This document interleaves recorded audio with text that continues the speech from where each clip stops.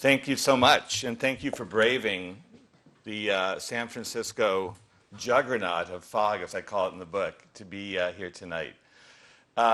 It's actually, and thank you to Booksmith for having me. This is actually, I love to hang out at this store. I'm a customer more than I am an author, and hopefully I've helped keep you in business over the years. But it's appropriate, actually, this weather, because it's very Dashiell Hammett-like. And with Season the Witch, people knew sort of the hippy-dippy, maybe sort of stereotypes about the city. But I really wanted, with Season of the Witch, to tell a history of the city as Dashiell Hammett might have written it, with the same sense of the city's toughness, of its mystery, and of its kind of rugged atmosphere. Many people forget that San Francisco, before the hippie era, was a very tough Irish Catholic, Italian Catholic town, a very traditional city in many ways. And the first wave of hippies that came to this city really had the drawbridge pulled up on them.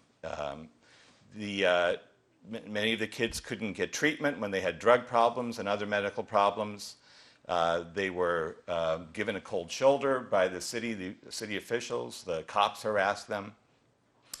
And so that was only the beginning of what became the very first culture war, I think, right here in San Francisco.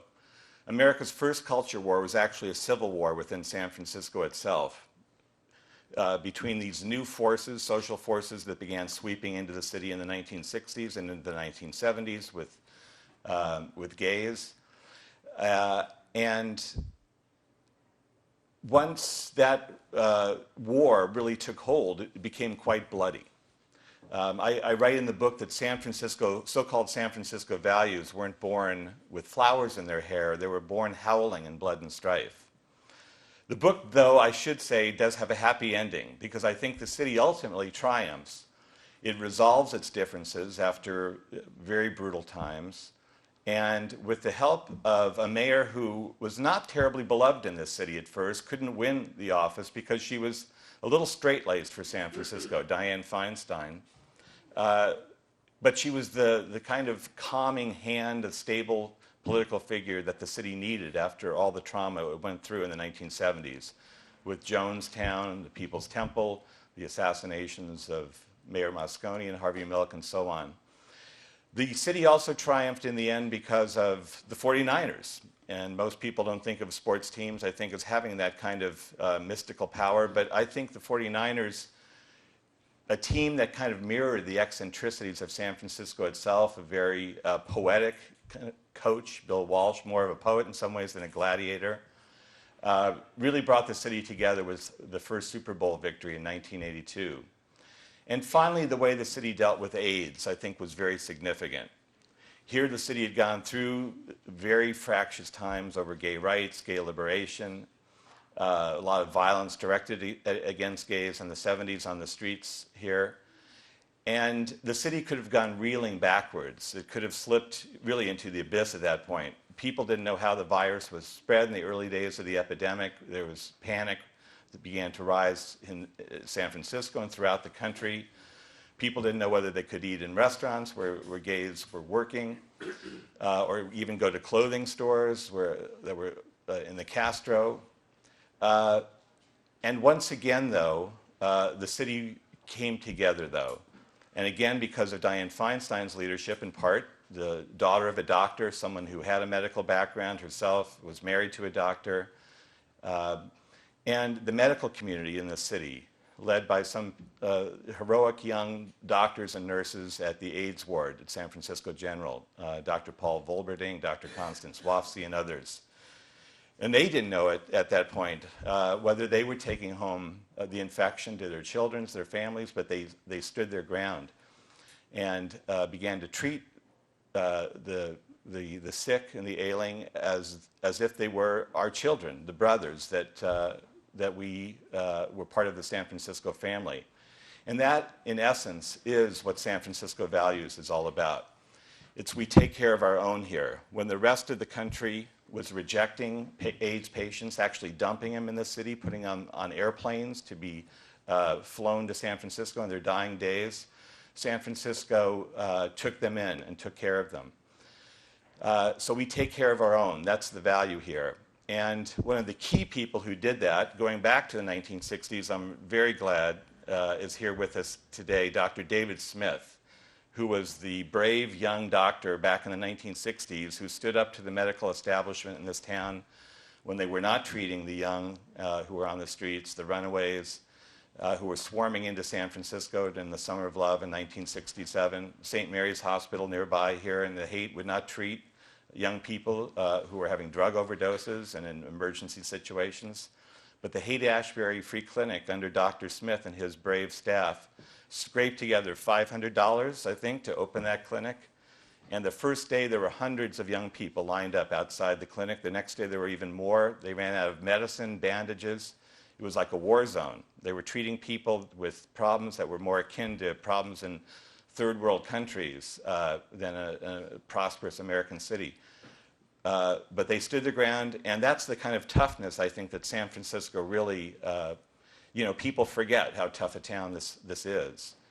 And because of that toughness and resilience, we do have lasting institutions here that have become the embodiment of San Francisco values.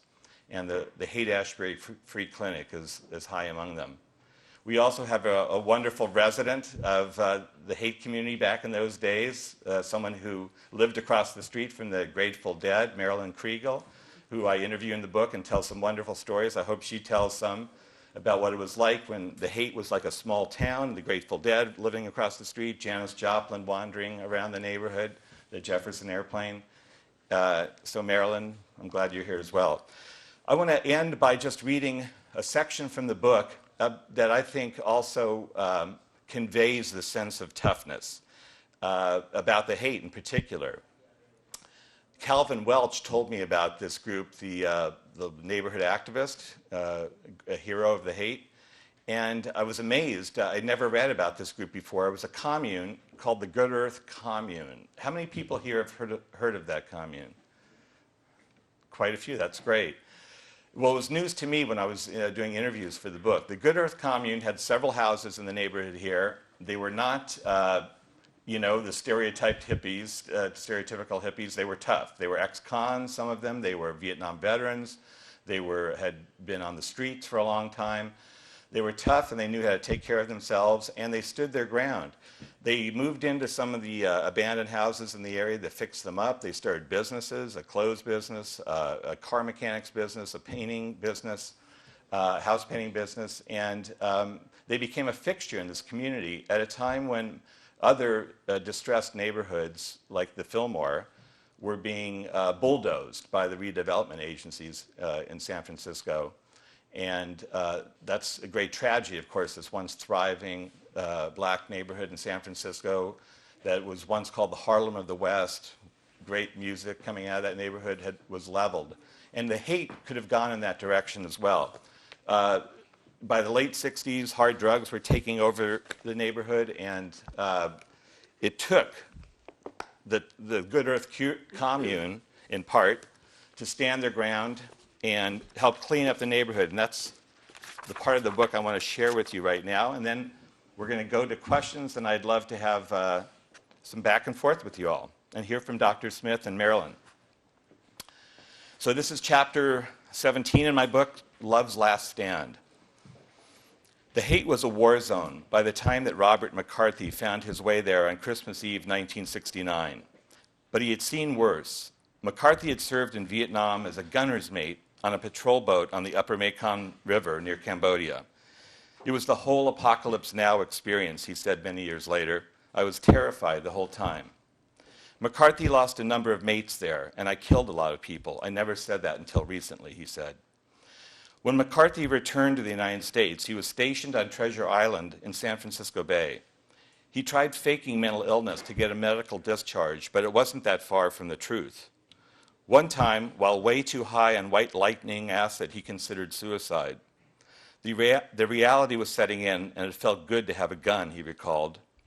The truly crazy ones at Treasure Island were the guys who clutched pouches they had made from the scrotums of dead Vietnamese. The Navy patched up their heads and sent them back into action. The Haight beckoned to McCarthy from